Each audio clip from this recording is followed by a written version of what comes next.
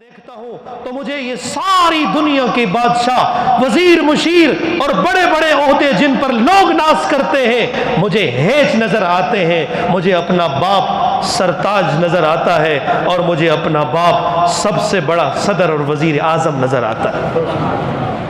یہ کیا ہے دنیا کی زیب و زینت؟ اس لیے علماء سے اپنا تعلق کبھی نہ کاٹنا۔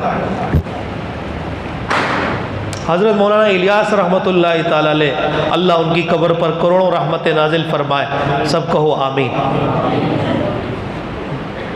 دعوت و تبلیغ کی محنت انہوں نے شروع فرمائی۔ ایک دفعہ حضرت کی خدمت میں ایک شخص آئے اور اس نے حضرت عرض کیا کہ حضرت امام صاحب ہمارے ساتھ جڑتے نہیں ہیں، امام صاحب ہمارے ساتھ جڑتے نہیں ہیں۔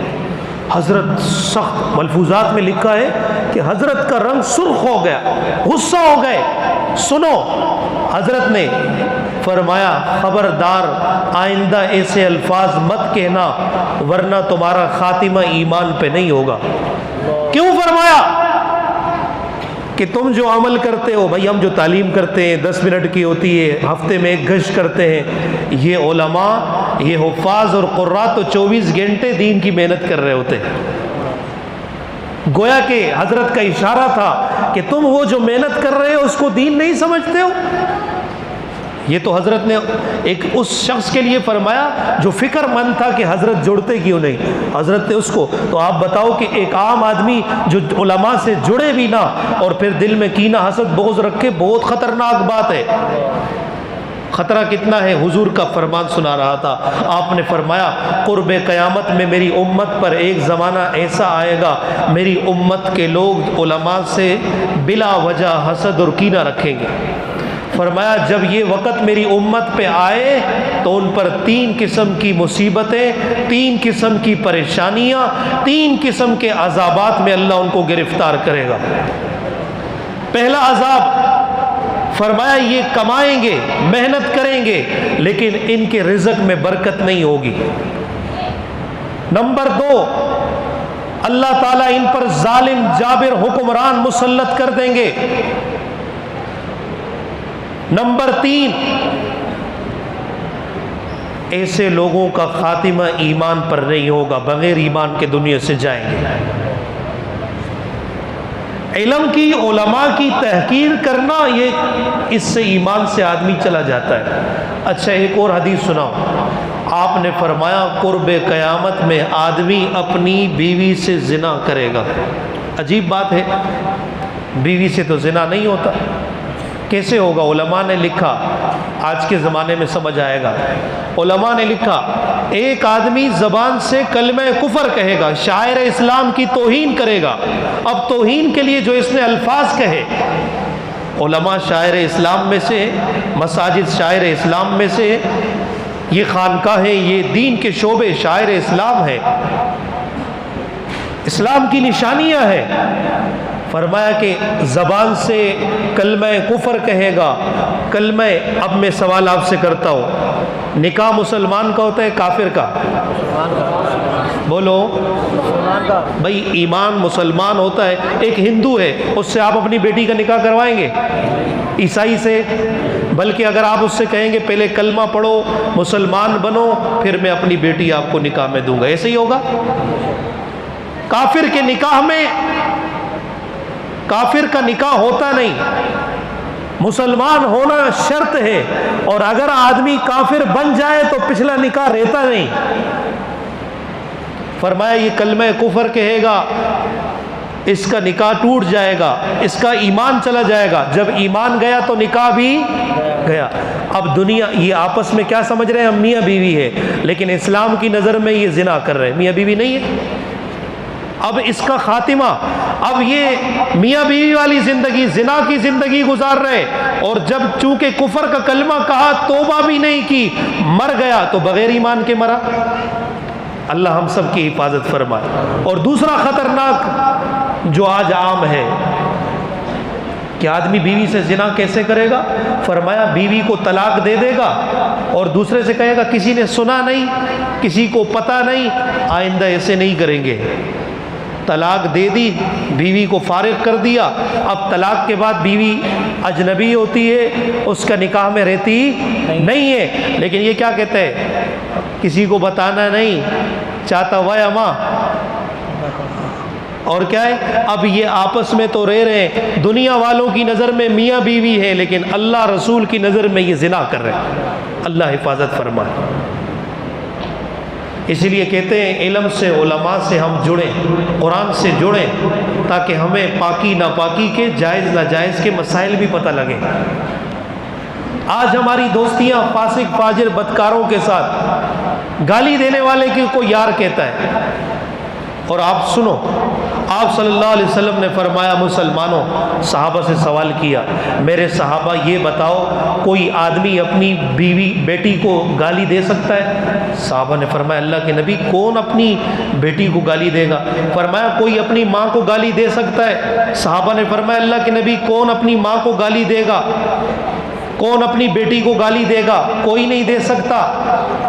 نبی پاک صلی اللہ علیہ وسلم نے فرمایا جو آدمی دوسری کی بہن، دوسری کی بیٹی کو گالی دیتا ہے، وہ گالی جا کر اس میں اپنا حصہ تلاش کرتی ہے۔ اگر جس کی ماں بہن کو گالی دی ہے، اگر وہ اس کی مستحق ہو، وہ گالی وہاں ٹھہر جاتی ہے، ورنہ واپس دینے والے پہ آتی ہے، گویا کہ خود اس نے اپنی ماں کو گالی دی اور اپنی بہن کو گالی دی۔ اللہ ہمیں سمجھنے کی توفیق عطا فرمائے۔ اس لیے عزم کرو کہ آج کے بعد اپنی زبان سے کسی کو گالی نہیں دیں گے، اس سے درود پاک پڑھیں گے، اس سے استغفار کریں گے۔ درود پاک پر واقعہ یاد آیا، شاید پچھلی دفعہ بھی میں نے سنایا تھا، پھر سنا دیتا ہوں، ایمان تازہ ہو جائے تاکہ آپ کو سامان راحت مل جائے، اعمال راحت مل جائے، اعمال راحت مل جائے۔ سامان نہ بھی ہو، اعمال راحت ہو تو انشاءاللہ آپ کے پاس ایک روحانی وجدانی طاقت ہوگی، روحانی وجدانی طاقت ہوگی۔ حیات الحیوان کے اندر واقعہ لکھا ہے، ایک غزوے میں نبی پاک صلی اللہ علیہ وسلم کی خدمت میں صحابہ حاضر ہوئے اور عرض کی اللہ کے نبی کھانے پینے کے لیے کچھ نہیں۔ صحابہ کے پاس سامان راحت نہیں تھا میرے بھائیوں، لیکن راحت بہت تھی، راحت بہت تھی، اور قربان جاؤں اس اللہ کے کہ اس کے پیارے حبیب جس کے پاس اللہ نے فرشتے بھیجے، کہ اللہ فرماتے ہیں پیارے حبیب اگر آپ چاہیں تو یہ خزانے آپ کے پیچھے چلیں، جہاں آپ جائیں وہ آپ کے پیچھے جائیں، اور آپ چاہیں تو فقر و فاقہ مسکینی کو اپنائیں۔ آپ نے فرمایا میں اپنی امت کی طرح فقر و فاقی مسکینی کو پسند کرتا ہوں، مجھے خزانے نہیں چاہیے۔ میرے عزیزوں، اللہ مجھے اور آپ کو پیارے حبیب صلی اللہ علیہ وسلم کے روضے کی جالیوں کا دیدار نصیب فرمائے۔ آپ جس حجرے میں آپ کا مرکز مبارک ہے وہ ماں عائشہ کا حجرہ ہے، اور وہ اتنا چھوٹا کمرہ ہے آپ کی رہائش۔ آج تو 2 کمرے 3 کمرے ہیں، پھر بھی ہم روتے ہیں، نہ شکر ادا نہیں کرتے۔ امام الانبیاء صلی اللہ علیہ وسلم کا گھر کیا تھا؟ ماں عائشہ فرماتی ہیں اللہ کے نبی رات تہجد کے لیے اٹھتے، جب سجدہ فرماتی ہیں میں اللہ کے نبی جب سجدہ فرماتے میں سمجھ جاتی، آپ میرے پاؤں کے انگوٹھے کو ہلاتے تو میں سمجھ جاتی اب آپ سجدے کے لیے نیچے آ رہے ہیں، میں پاؤں سکیڑ دیتی، اللہ کے نبی اس کمرے میں سجدہ کرتے، چھوٹا سا کمرہ، اور اعمال راحت سے پوری کائنات کو سامان راحت دے دیا۔ قیامت تک نبی کے اعمال پر، نبی کی سنتوں پر جو زندگی گزارے گا اس کو راحت ہی راحت ملے گی۔ اللہ کے نبی کھانے پینے کے لیے کچھ نہیں، نبی پاک صلی اللہ علیہ وسلم نے فرمایا اللہ انتظام کرے گا۔ تھوڑی دیر بعد دیکھا کچھ شہد کی مکھیاں آئی اور نبی پاک صلی اللہ علیہ وسلم کے سامنے بن بنائی، اور پھر کھڑی ہو گئی، سائڈ پر چلی گئی۔ صحابہ نے فرمایا اللہ کے نبی یہ شہد کی مکھیاں آ کر بن بنائی۔ آپ نے فرمایا یہ شہد کی مکھیاں اپنے سردار کے ساتھ آئی ہیں، انہوں نے جنگل کے فلاں جگہ پر ایک شہد کا چھتا تیار کیا ہے، اس میں میٹھا رسیلا شہد بنایا ہے، یہ آئی ہے اور انہوں نے کھانے کی دعوت دی ہے کہ آپ اپنے صحابہ کو لے کر آئے اور وہاں پر شہد تیار ہے، آپ بھی شہد نوش فرمائیں، آپ کے صحابہ بھی شہد نوش فرمائے۔ میرے صحابہ چلو، اللہ نے کھانے پینے کا انتظام کر دیا۔ وہ مکھیاں آگے چلی، آپ صلی اللہ علیہ وسلم اپنے صحابہ کے ساتھ ان شہد کی مکھیوں کے پیچھے چلے، جنگل میں وہ چلی گئی، دیکھا کہ ایک درخت کے اوپر بہت ہی خوبصورت ایک شہد کا چھتا ہے، اس چھتے کے اندر رسیلا اور میٹھا شہد ہے۔ آپ نے صحابہ سے فرمایا ان شہد کی مکھیوں کی دعوت قبول کرتے ہوئے شہد کو نوش کیا جائے۔ صحابہ نے پیٹ بھر کر اس شہد کو پیا، مٹھاس بھی ملی، کھانا بھی ملا، اس شہد کی وجہ سے پیاس بھی بجھ گئی۔ شہد میں اللہ نے یہ تاثیر کھانے اور پینے کی رکھی ہے۔ صحابہ سیر ہو گئے، صحابہ سیر ہو گئے۔ وہ مکھیاں دوبارہ آپ صلی اللہ علیہ وسلم اور صحابہ کے استقبال میں واپس آپ کو کرنے آئی، واپس محل پر اپنی جگہ پر پہنچایا۔ پیارے حبیب صلی اللہ علیہ وسلم نے شہد کی مکھیوں سے سوال کیا، او شہد کی مکھیوں، تم تو جن پھلوں کا رس چوستی ہو، جن پھولوں کی پتیوں پر بیٹھتی ہو، وہ تو بے ذائقہ ہوتی ہیں، ان میں مٹھاس نہیں ہوتی، ان میں تو ترش پن ہوتا ہے، ان میں تو کھٹا پن ہوتا ہے، ان میں تو مٹھاس نہیں ہوتی۔ آخر تم یہ شہد کی مکھیوں، تم وہ رس چوس کر جاتی ہو، شہد کو کھٹا ہونا چاہیے، ترش ہونا چاہیے، اس میں مٹھاس کیسے پیدا ہوتی ہے؟ شہد کی مکھیوں نے جو بات کہی ہے، مسلمانوں، گلشن اقبال کے میرے باسیوں، میری ماں اور بہنوں، وہ سامان راحت لے لو، وہ اعمال راحت دینے کے لیے آج یہ فقیر آپ کے پاس آیا ہے۔ اللہ کے حبیب نے فرمایا آخر یہ مٹھاس کیسے پیدا ہوتی ہے؟ شہد کی مکھیاں کہنے لگی، ان کی سردار کہنے لگی، اللہ کے حبیب ہم جب بھی ہماری شہد کی مکھیاں رس چوسنے کے لیے نکلتی ہے تو ان کی ملکہ ان کو بٹھا کر اعلان کرتی ہے، او شہد کی مکھیوں، او رس چوسنے والوں، او شہد کے لیے، شہد بنانے کے لیے، پھلوں اور پھولوں کے رس کے لیے نکلنے والی مکھیوں، جب بھی تم کسی پتی پر بیٹھنا، شہد کی جب بھی بیٹھنا، اس پھل اور پھول کا رس چوسنے سے پہلے محمد پاک پر درود پڑھتے رہنا۔ اے اللہ کے حبیب، یہ مٹھاس اس ذائقے کی نہیں، اس پتی کی نہیں، ہم اس بے ذائقہ پتی پر بیٹھنے سے پہلے آپ پر درود پڑھتے ہیں، اس درود کی برکت سے اللہ شہد کو میٹھا کر دیتے ہیں۔ میرے روشن ضمیروں، میرے غیور مسلمانوں، میری ماں اور بہنوں، بتاؤ شہد کی مکھی کا کیڑا اگر محمد پاک پر درود پڑے، بے ذائقہ پتی میں ذائقہ پیدا ہو جائے، بے ذائقہ پتی میں ذائقہ پیدا ہو جائے اور اس سے جو رس نکلے وہ میٹھا شہد بن جائے۔ بتاؤ اگر ہماری زندگی میں محمد پاک کی زندگی کی جھلک ہو، ہماری زندگانی فانی میں محمد پاک کی سنتوں کا رس ہو، تو بتاؤ زندگی میٹھی ہوگی کہ نہیں ہوگی؟ آج زندگی کڑوی کیوں ہے؟ کہ تم نے گندگی پر اپنے آپ کو بٹھایا ہے، غیروں کے طریقوں پر اپنے آپ کو بٹھایا ہے، اس کی بدبو کو سونگھ کر خوشبو کے طلبگار ہو۔ محمد پاک کی سنتوں کو اپنی زندگی میں لاؤ، یہ خوشبو ہے، یہ پھول ہے۔ ہاں زندگی بے چین ہے، محمد پاک پہ درود پڑا کرو۔ زندگی میں سکون نہیں، درود پڑا کرو۔ بزنس میں کمی ہے، درود پڑا کرو۔ کام نہیں ہے، درود پڑا کرو۔ اگر پریشانی ہے، درود پڑا کرو۔ اولاد نہیں ہے، محمد پاک پر درود پڑا کرو۔ محمد عربی پر درود و سلام کے گلدستے اور نذرانے پیش کرنا تمہارا کام ہے، نبی کی سنتوں کو اپنانا تمہارا کام ہے، اور پھر اللہ کا اعلان ہے کہ میں تمہیں پاکیزہ زندگی ضرور بے ضرور دوں گا۔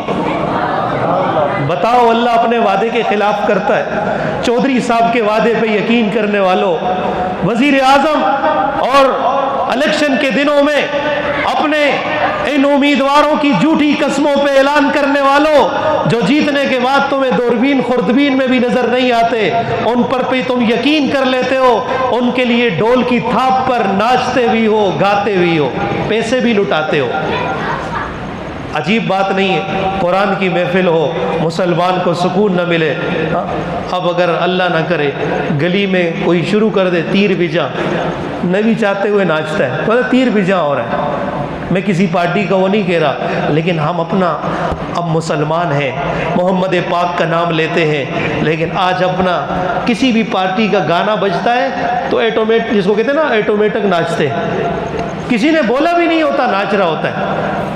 کاش کہ قرآن پڑھا جاتا اے مسلمان تو جھوم جاتا، کاش کہ نبی کا فرمان آتا تجھے سکون ملتا، کاش کہ قرآن پڑھا جاتا تیرے آنسو بہہ جاتے اور تو وجد میں آ جاتا۔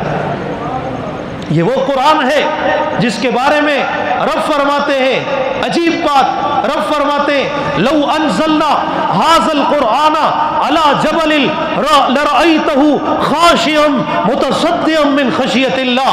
دنیا والوں، اگر اس قرآن کو میں اللہ کسی پہاڑ پر نازل کرتا تو تم دیکھ لیتے، دنیا والوں تم دیکھ لیتے، اے مخاطب تو دیکھ لیتا، لو انزلنا ھذا القرآن علی جبل لرأیتہ خاشعا متصدعا من خشیۃ اللہ۔ یہ پہاڑ اس قرآن کے روب اور دبدبے سے کپ کپا اٹھتے، دبدبا اٹھتے، لرز جاتے، پھٹ جاتے، لیکن اللہ کی عزت، اس کی حرمت، اس کی کبریائی پر قربان جاؤں، یہ قرآن اگر مضبوط پہاڑ پر رب فرماتے میں نازل کرتا وہ پھٹ جاتے، دب جاتے، جگہ سے ہل جاتے، لیکن اللہ کی ذات کے قربان، اس کے حبیب کے صدقے چھوٹا سا معصوم بچہ 7 8 10 سال 12 سال کا بچہ پہاڑ پہ قرآن نازل ہو پھٹ جائے، لیکن 30 پاروں کا چلتا پھرتا قرآن دیکھنا ہے۔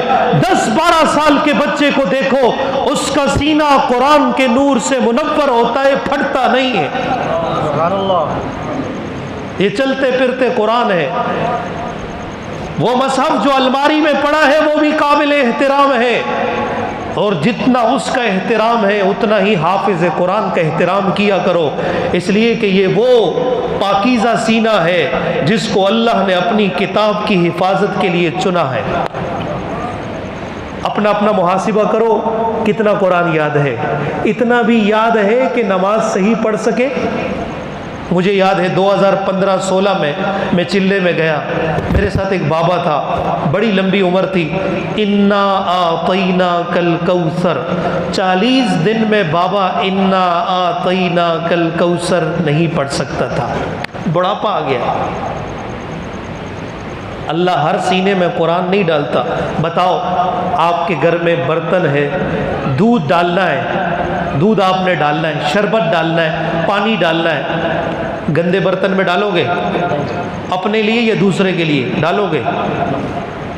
جب ہم اپنے لیے گندا برتن دودھ، پانی اور شربت کے لیے پسند نہیں کرتے، اللہ بھی کسی گندے سینے کے لیے قرآن کو نہیں چنتے۔ جس کو اللہ نے چن لیا، ہاں انسان ہے، فرشتہ نہیں، قصوروار ہے، خطا کار ہے، یہ آپ کا اور میرا قول نہیں، محمد پاک کا فرمان ہے، آدم کے سارے بیٹے خطا کار ہیں، سب سے بہترین خطا کار وہ ہے جو اللہ سے دوستی لگا لے، اللہ سے تعلق جوڑ۔ مولانا تشریف لے آئے، مولانا مہمان ہمارے خصوصی ہیں، وہ تشریف لے آئے۔ میں تو وہ جو ہوتا ہے نا وقفہ، بیچ میں وقفہ چلتا ہے، اصل جو پروگرام ہوتا ہے وہ تو بعد میں چلتا ہے، میں وقفہ ہوں، اصل مہمان خصوصی انشاءاللہ آئیں گے، آپ کو ایمانی، نورانی، وجدانی اپنے ملفوظات معروضات سے مستفید کریں گے۔ اللہ ہمیں عمل کی توفیق عطا فرمائے، اصل چیز عمل ہے، عمل سے زندگی بنتی ہے، جنت بھی جہنم بھی، یہ خاکی اپنی فطرت میں نہ ناری ہے نہ نوری ہے، اصل عمل ہے۔ اللہ عمل کی توفیق عطا فرمائے۔ میں کیا بات کہہ رہا تھا؟ پیچھے بات چلوں۔ بابا جی کو انا اعطینا نہیں آتی، اللہ بھی اپنی کتاب کے لیے چنتا ہے۔ اللہ نے چن چن کے نبی بنائے، چن چن کر صحابہ بنائے، چن چن کر اللہ تعالیٰ نے اپنے نبی کے یار بنائے، اسی لیے قرآن کے لیے بھی اللہ سینہ چنتا ہے۔ بہت سارے ایسے ہیں کہ گھر میں چاہتے ہیں بچہ حافظ بنے، نہیں بنتا، اللہ نہیں چاہتا، اللہ نہیں چاہتا۔ مجھے بتاؤ، 30 پارے قاری صاحب پڑھاتا ہے، بچہ پڑھتا ہے، محنت ہوتی ہے ایک ظاہری اسباب کے درجے میں، ورنہ 30 پارے قاری صاحب کے بس میں ہے کسی کے سینے میں ڈالے؟ وَلَقَدْ يَسَّرْنَا الْقُرْآنَ لِلذِّكْرِ فَهَلْ مِن مُدَّكِرٍ۔ اللہ فرماتے ہم نے اس قرآن کو یاد کرنے کے لیے آسان کیا، ہے کوئی یاد کرنے والا؟ ہم تو یاد کرنے کے لیے تیار نہیں۔ معذرت کے ساتھ بچے کو سنجے دت، سلیمان خان اور یہ سب کی تصویریں دکھاؤ۔ آج کل تو باطل کتنی محنت کرتا ہے، ہمارا جو چیونگم ہوتا ہے نا ببل، اس پر بھی انگریزوں کی، یہودیوں کے اداکاروں اور فنکاروں کی تصویریں بنی ہوتی ہے۔ بچہ ببل کھائے گا تو اس کے اندر ایک اسٹیکر نکلے گا، تو بچہ کہے گا یہ تو فلاں فلم کا وہ ہے۔ اچھا، اب وہ دوسرے سے کیا کہتا ہے، یہ فلم تم نے دیکھی ہے، اس میں وہ آخر میں اس کو مارتا ہے، یہ بچے پوری سٹوری جاتے ہیں۔ لیکن آپ بچے کو تو چھوڑو، آپ بڑے سے کہو کہ ذرا مسجد میں کھڑے ہو کر محمد پاک کی سیرت تو سناؤ، کہے گا مجھے نہیں آتی، شرم آتی۔ بلکہ المیہ، معذرت کے ساتھ ہم مسلمان ہیں، میں اور آپ ایک گھر اپنے بھائی ہیں، بھائی کو اپنا درد سناتا ہے، میں درد سنانے آیا ہوں، معذرت کے ساتھ میں ایک مسجد کا امام ہوں، پیش امام ہوں، نکاح خواہ بھی ہوں۔ میرے پاس اکثر جوان نکاح سے پہلے آ کر کہتے ہیں قاری صاحب کلمے تو نہیں سنو گے؟ کتنے افسوس کی بات ہے، کلمے تو نہیں سنو گے؟ لتا کا گیت یاد ہے، انڈیا کے اداکاروں کے نام یاد ہے، وہ فلموں کے ایکٹروں کے نام یاد ہے، پوری اسٹوریاں مسلمان کے بچے کو یاد ہے، نہیں یاد تو محمد پاک کے یاروں کا نام نہیں آتا۔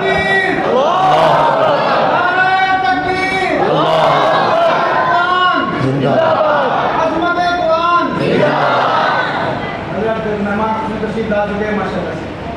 حضرت تشریف لا چکے ہیں، اللہ ان کی علم میں، عمل میں، زندگی میں برکت عطا فرمائے، اور ہم سب کو اللہ تعالیٰ دین کی خدمت کے لیے قبول و منظور فرمائے۔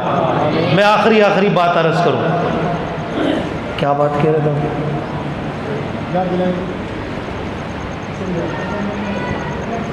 تھا ساری کلمات اللہ بھی چن کر قرآن کے لیے سینے چنتے ہیں، اسی لیے یہ سینہ کس نے چنا؟ بولو، اپنے قرآن کی حفاظت کے لیے یہ سینہ اللہ نے چنا ہے۔ پھر جب اللہ نے چنا تو اللہ نے قرآن والے سے کہا میرا دوست ہے، اب گناہگار خطاکار ہو سکتا ہے، میرا دوست ہے، اب یہ اللہ کا دوست ہے۔ اللہ تعالیٰ آپ اپنے دوست کو آگ میں ڈالیں گے؟ بولو، آپ اپنے دوست کو آگ میں نہیں ڈالتے، کھڈے میں نہیں دھکیلتے، اللہ اپنے دوست کو آگ میں ڈالے گا۔ اس لیے نبی پاک صلی اللہ علیہ وسلم نے فرمایا حافظ قرآن اگر اپنی کسی بد عملی کی وجہ سے جہنم میں چلا بھی گیا تو اللہ تعالیٰ اس کے سینے میں قرآن کے 30 پاروں کی برکت سے اس پر آگ کو ایسے گلے گلزار اور ٹھنڈا بنائیں گے جیسے اپنے پیغمبر ابراہیم علیہ السلام کے لیے ٹھنڈا کیا۔ آگ میں جائے گا، دنیا والوں کو اللہ انصاف دکھائیں گے کہ اس حافظ نے یہ خطا کی، یہ قصور کیا، اس لیے یہ بھی جہنم میں ہے، لیکن قرآن پاک کی برکت سے جہنم کی آگ اس پر اثر نہیں کرے گی۔ آؤ مسلمانوں، اپنے بچوں کو قرآن کا حافظ بناؤ، یہ دنیا کی بھی دولت ہے، آخرت کی بھی دولت ہے، اس سے دنیا بھی ملے گی، آخرت بھی ملے گی، دو جہان کی دولت۔ اگر اپنی اولاد کو دینا چاہتے ہو تو قرآن کی دولت ہے، نبی کے فرمان کی دولت ہے۔ آؤ قرآن سے وابستگی اختیار کرو، علم سے، علماء سے اپنا تعلق بناؤ، اللہ والوں کے ساتھ اپنا تعلق بناؤ، تو انشاءاللہ العزیز دنیا کے اندر بھی اللہ پاکیزہ زندگی دیں گے، موت بھی آسانی سے آئے گی۔ ہم کہتے ہیں نا کل نفس ذائقۃ زور سے بولو، آج رات ہم کس لیے بیٹھے ہیں؟ موت کی تیاری کے لیے۔ کل نفس ذائقۃ گھبراتے کیوں؟ بولو، مرنا تو ایسے بھی ہے۔ کل نفس ذائقۃ الموت۔ یہ ذائقہ کیا ہے؟ اللہ فرماتے ہیں ہر نفس نے موت کا ذائقہ چکھنا ہے، ذائقے میں فرق ہوگا۔ ذائقے میں فرق ہوتا ہے نا، کچھ چیزوں کا ذائقہ میٹھا ہوتا ہے، ترش ہوتا ہے، کھٹا ہوتا ہے، کڑوا ہوتا ہے۔ یاد رکھو یہ موت کا بھی ذائقہ ہے۔ اگر اللہ اور اس کے رسول کو راضی کر دیا، نیک اعمال والی زندگی، قرآن والی زندگی گزاری، ایمان والی زندگی گزاری، تو موت کا ذائقہ میٹھا ہوگا۔ موت کا ذائقہ کیا ہوگا؟ میٹھا ہوگا، اور وہ ایسا میٹھا ذائقہ ہوگا، فرشتہ آئے گا اور اللہ کا یہ فرمان سنا کر روح جان افری کے سپرد ہوگی، یا ایتھا النفس المطمئنہ ارجعی الی ربکی راضیۃ مرضیہ، او اطمینان والی روح، او سکون والی روح، آ چل جا، اللہ تجھ سے راضی، تو اس سے راضی۔ ارجعی الی ربک راضیۃ مرضیہ، اللہ جب تو راضی میں بھی راضی، کیا ملے گا؟ فرمایا فادخلی فی عبادی، آ میرے نیک بندوں میں، انبیاء، شہداء، صلحاء، ابو بکر، عمر، عثمان، علی، طلحہ، معاویہ، عشرہ مبشرہ، میرے نبی کے یار، صحابہ رضوان اللہ علیہ مجمعین، شہداء، صلحاء کے ساتھ ان کی صف میں داخل ہو جا۔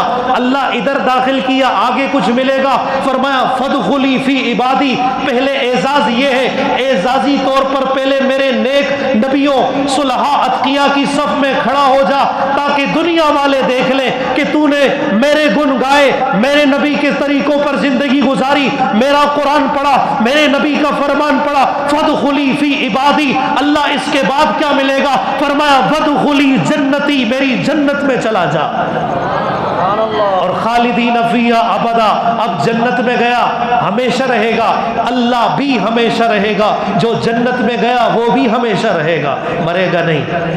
اور کچھ لوگوں کا ذائقہ بڑا کڑوا ہے، اللہ ہم سب کی حفاظت فرمائے۔ اگر اپنی چاہتوں کے مطابق زندگی گزاری، اپنی راحتوں کے لیے سامان راحت جمع کرتے رہے، اعمال راحت خالی، کچھ نہیں، سنتوں سے خالی، قرآن سے خالی، نبی کے فرمان سے خالی، زندگی میں غیروں کے طریقے، تو موت کا ذائقہ اتنا کڑوا ہے، فرشتہ کہے گا او خبیث روح اپنے خبیث جسم سے نکل جا۔ اور آپ نے فرمایا صحابہ کو سمجھانے کے لیے، کڑوی موت، ذائقہ کڑوا، فرمایا جس طرح تم اپنی چادر کو کسی کانٹے دار جاڑی دار میں پھینکتے ہو تو وہ جاڑیوں سے کھنچتی ہوئی نکلتی ہے، بابا، میرے بھائی، میرے دوست بزرگ، میری ماں بہن، چادر کسی کانٹے دار میں پھینکو تو اس کے داغے نکلتے ہیں کہ نہیں؟ پھنستے پھنستے نکلتی ہے، اٹکتے اٹکتے۔ فرمایا جس طرح تمہاری چادر اٹکتے پھٹکتے پھڑکتے پھنستے ہوئے نکلتی ہے، ایسے ہی اگر اللہ رسول کو ناراض کیا تو روح بھی ایسے ہی نکلے گی، اور فرشتے جب لے جائیں گے سارے آسمان کے فرشتے لعنت کریں گے، او خبیث روح، تو نے اپنے جسم پہ ظلم کیا۔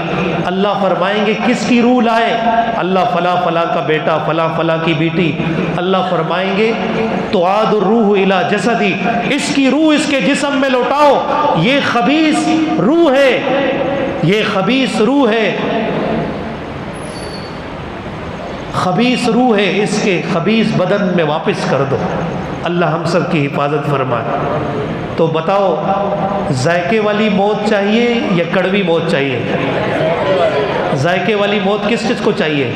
مجھے بھی چاہیے، ہم سب کو چاہیے، ہم سب کو چاہیے۔ اچھا بتاؤ سکون والی زندگی چاہیے؟ سب کو چاہیے۔ تو آسان طریقہ ہے، قرآن سے جڑ جاؤ، قرآن والوں سے جڑ جاؤ، ان سے محبت کرو، ان کو محبت کی نظر سے دیکھو۔ آخری بات عرض کروں، ہم اور آپ نے اللہ کے حبیب کو دیکھا؟ کس کس کی چاہت ہے کہ خواب میں دیکھے؟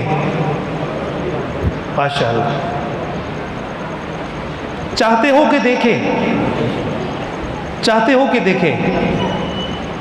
اللہ کے حبیب سے پوچھتے ہیں کہ اللہ کے حبیب ہم آپ کو دیکھنا چاہتے ہیں، ہماری خواہش ہے، ہم نے آپ کو نہیں دیکھا، آپ کے روزے کی تصویر دیکھتے ہیں تو ہمارے آنسو نکلتے ہیں، اور ہم غریب ہیں تو ہم روتے ہیں یا اللہ نبی کے کمزور ہوں، لاچار ہوں، بے روزگار ہوں، قرض دار ہوں، لیکن تیرے نبی کی کا وفادار ہوں، نبی کا یہ روزہ مرنے سے پہلے دکھا دینا. یہ دعا مانگتے ہیں کہ نہیں؟ جتنا غریب ہو مانگتا ہے. اللہ کے حبیب سے پوچھ لیتے ہیں، اللہ کے حبیب ہم نے آپ کو نہیں دیکھا، اللہ کے حبیب ہم آپ کو دیکھنا چاہتے ہیں. تو پیارے حبیب سے پوچھا کیا ہم آپ کو دیکھ سکتے ہیں؟ تو اللہ کے حبیب نے فرمایا مجھے آج بھی دیکھ سکتے ہو، آج بھی دیکھ سکتے ہو. اللہ کے نبی ہمارے پاس تو اتنے پیسے نہیں، حج تو اتنا مہنگا ہے، ہم آپ کے روزے کی جالیوں پر حاضری کیسے دیں گے، گنبد خضرا کو کیسے دیکھیں گے؟ اللہ کے حبیب نے فرمایا ارے غریب ہو تو کیا ہوا، تمہیں گنبد خضرا میں اگر نہیں آ سکتے، مجھے دیکھنا ہے، میں بتاتا ہوں، میں تمہیں بہت ہی قریب مل جاؤں گا. اللہ کے حبیب آپ کہاں ملیں گے، ہم آپ کو کیسے دیکھ سکتے ہیں، آپ تو اپنے روزے مبارک میں ہیں. فرمایا اگر مجھے دیکھنا چاہتے ہو میں تمہیں بڑے بڑے سرمایہ داروں کے پاس، عہدے داروں کے پاس، میں تمہیں بڑے بڑے جاگیرداروں کے پاس نہیں ملوں گا. اللہ کے حبیب کہاں ملیں گے؟ اللہ کے حبیب نے فرمایا مجھے دیکھنا چاہتے ہو میرے گھر مسجد میں آ جاؤ. اللہ ہم آ گئے، اب ہم آپ کے حبیب ہمیں نظر نہیں آئے، ہم کہاں ملیں گے؟ اللہ کے حبیب نے فرمان سنایا، فرمایا جس نے کسی عالم کو دیکھا وہ سمجھ لے کہ اس نے زندگی میں خود مجھ محمد پاک کو دیکھا. جس نے کسی عالم سے محبت کے ساتھ مصافحہ کیا وہ یوں سمجھے کہ خود مجھ محمد پاک سے مصافحہ کیا. ارے جس نے کسی عالم دین کو محبت سے سینے لگایا وہ سمجھ لے کہ خود زندگی میں مجھ محمد پاک کو سینے سے لگا. مسلمانوں آج تم تو دعویٰ تو یہ ہے محمد پاک کو دیکھیں. بتاؤ آج فاسق فاجر لٹیرے ان سے تو محبت کا برم برتے ہو، ان کے لیے تو نعرے لگاتے ہو، ان کے لیے ناچتے ہو گاتے ہو. بتاؤ آج علماء سے ہم محبت سے ہاتھ ملانے کو تیار ہیں؟ کیا ہم ان کو محبت سے دیکھتے؟ خوش قسمت ہے وہ لوگ جو محبت سے دیکھتے ہیں، ورنہ سب سے مظلوم طبقہ علماء کا ہے. مسجدوں کے قالین بدلتے ہیں، ٹائلیں بدلتی ہیں، عمارتیں بدلتی ہیں، نہیں بدلتی تو مولوی صاحب کی ماہانہ خدمت نہیں بدلتی، 8-9 ہزار. لیکن پھر بھی رب محمد کی قسم سامان راحت ان کے پاس کم ہے، اعمال راحت سے مزین ہے، اس لیے 8,000 10,000 ماہانہ خدمت کے باوجود بھی گلے گلزار نظر آتے ہیں، باغ و بہار نظر آتے ہیں. یہ ان کا کوئی کمال نہیں، یہ محمد پاک کی دعا کا سرچشمہ ہے، محمد پاک کی دعا کا ثمر ہے، اثر ہے. اور اس سے بڑھ کر خود بھی گلے گلزار نظر آتے ہیں، اور بیٹے دیکھو تو وہ بھی باکردار باوفا اور قرآن کے حافظ اور قاری نظر آتے ہیں. اور جن کو ہم معزز سمجھتے ہیں، سیٹھ صاحب، چودھری صاحب، وڈیرا صاحب، فلاں صاحب، اللہ کرے اللہ سب کو صاحب بنائے، لیکن جو ہمارا المیہ ہے، جن کو ہم بڑا سمجھتے ہیں، جن سے ہم کچھ اپنی امیدیں وابستہ رکھتے ہیں، اس صاحب کی اپنی بیوی اس کو جوتے مارتی ہے، باہر ایک دفعہ سالن مانگ لے، دوسری دفعہ بیوی نے مانگا تو کہتی ہے ابھی شناختی کارڈ دکھاؤ پھر ملے گا. شناختی کارڈ کے بغیر سالن بھی نہیں ملتا. اور میں آپ کو بتاؤں، میں مسجد میں بیٹھا ہوں، پاکیزہ جگہ پہ بیٹھا ہوں، میں طالب العلم ہوں، اکابر بیٹھے ہیں، میں نے قرآن کی مار خود دیکھی ہے. میں نے آپ سے شروع میں کہا قرآن والے کس کے دوست ہیں؟ اللہ کے. اور اللہ نے فرمایا جو میرے دوست سے دشمنی کرے گا میں خود لڑوں گا. میں نے خود دیکھا ہے. میں اپنی مسجد میں اعتکاف میں بیٹھا تھا، چاند رات تھی مسلمانوں، مسجد کی کھڑکی سے ساتھ والے گھر میں چیخ و پکار کی آواز آئی تو بہت ایک ماں چیخ رہی تھی بچاؤ بچاؤ، اور نیچے گلی میں لوگ جمع تھے، رش تھا، لیکن اندر سے انہوں نے کنڈی لگائی تھی، دروازہ بند تھا. تو میں مجبوراً ساتھیوں سے کہا کہ میں کھڑکی سے آواز کرتا ہوں. اللہ کی قسم وہ منظر آج بھی میں نے دیکھا ہے. آج بھی آتا ہے تو مجھے رونا آتا ہے۔ جب میں نے کھڑکی سے جھانکا میرے مسلمان بھائی اور دوستوں بزرگوں، بیٹے نے اپنے باپ کے پیچھے اتنا لمبا سنبا اٹھایا تھا۔ سنبا جانتے ہو؟ لوہے کا جو سنبا ہوتا ہے وہ اٹھایا تھا اور اس کو یوں مارنے کی کوشش کر رہا تھا، اور گھر کی عورتیں اس کو کھینچ رہی تھی، اور ساتھ گندی غلیظ باپ کو گالیاں دے رہا تھا کہ تجھے مارتا۔ مار رہا کس پہ تھا؟